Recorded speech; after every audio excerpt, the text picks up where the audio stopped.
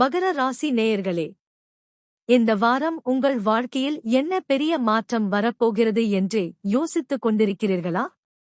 இந்த வாரம் ஆரம்பத்தில் சந்திரன் விருச்சிகத்தில் இருப்பதால் அது உங்கள் ராசிக்கு 11ஆம் இடத்தில் பயணிக்கிறது. இது ஒரு மிகச் சிறந்த சுபநிலை. லாபம், நன்மை, நண்பர்கள் மூலம் உதவி மற்றும் நீண்ட நாட்களாக நினைத்த ஆசைகள் நிறைவேறும் வாய்ப்பு உள்ளது. மே முதல் சந்திரன் தனுசு ராசிக்கு மாறும்போது அது உங்கள் ராசிக்கு 12ஆம் இடமாகி செலவுகள் அதிகரிப்பு, மனச்சோர்வு அல்லது தூக்கக்குறைவு போன்ற சின்ன சிரமங்களை தரலாம். இந்த நாட்களில் அன்னெசெசரி செலவுகளை கட்டுப்படுத்துவது நல்லது.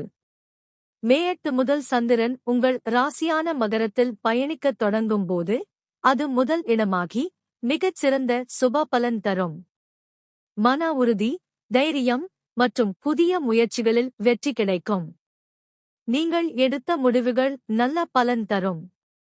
சூரியன் மற்றும் புதன் மேஷத்தில் இருப்பதால் அது உங்கள் ராசிக்கு 4ஆம் இடமாகி இது அசுப நிலையாக இருப்பதால் மன அமைதி குறைவு, வீட்டுச் செலவுகள் அல்லது குடும்பத்தில் சின்ன சிக்கல்கள் இருக்கலாம்.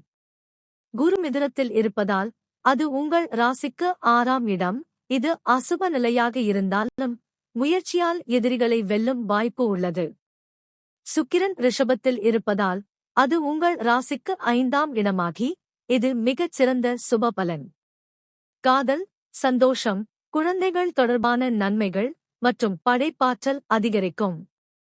சனி மீனத்தில் இருப்பதால் அது உங்கள் ராசிக்கு 3ஆம் இடம்.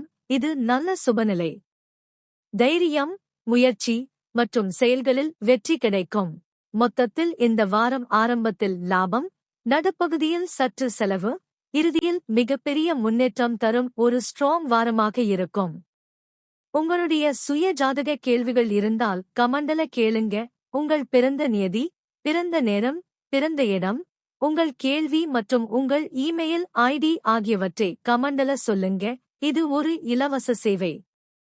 உங்களுடைய கணிப்பு இமெயில் மூலமாக அனுப்பி தரப்படும். இந்த வரப்பலன் உங்களுக்கு நல்ல பலன்களை தரட்டும் என்று யாம் எல்லாம் வல்ல இறைவனை மனமாற வேண்டுகிறோம். இந்த காணொளி பிடிச்சிருந்தா லைக் பண்ணுங்க, கமெண்ட் பண்ணுங்க, ஷேர் பண்ணுங்க. மேலும் தினமும் இப்படிப்பட்ட ஜோதிட தகவல்களுக்கு எங்கள் கியூப் டிவி தமிழ் ஜோதிடம் சேனலை சப்ஸ்கிரைப் பண்ணுங்க. நன்றி, வாழ்த்துக்கள்.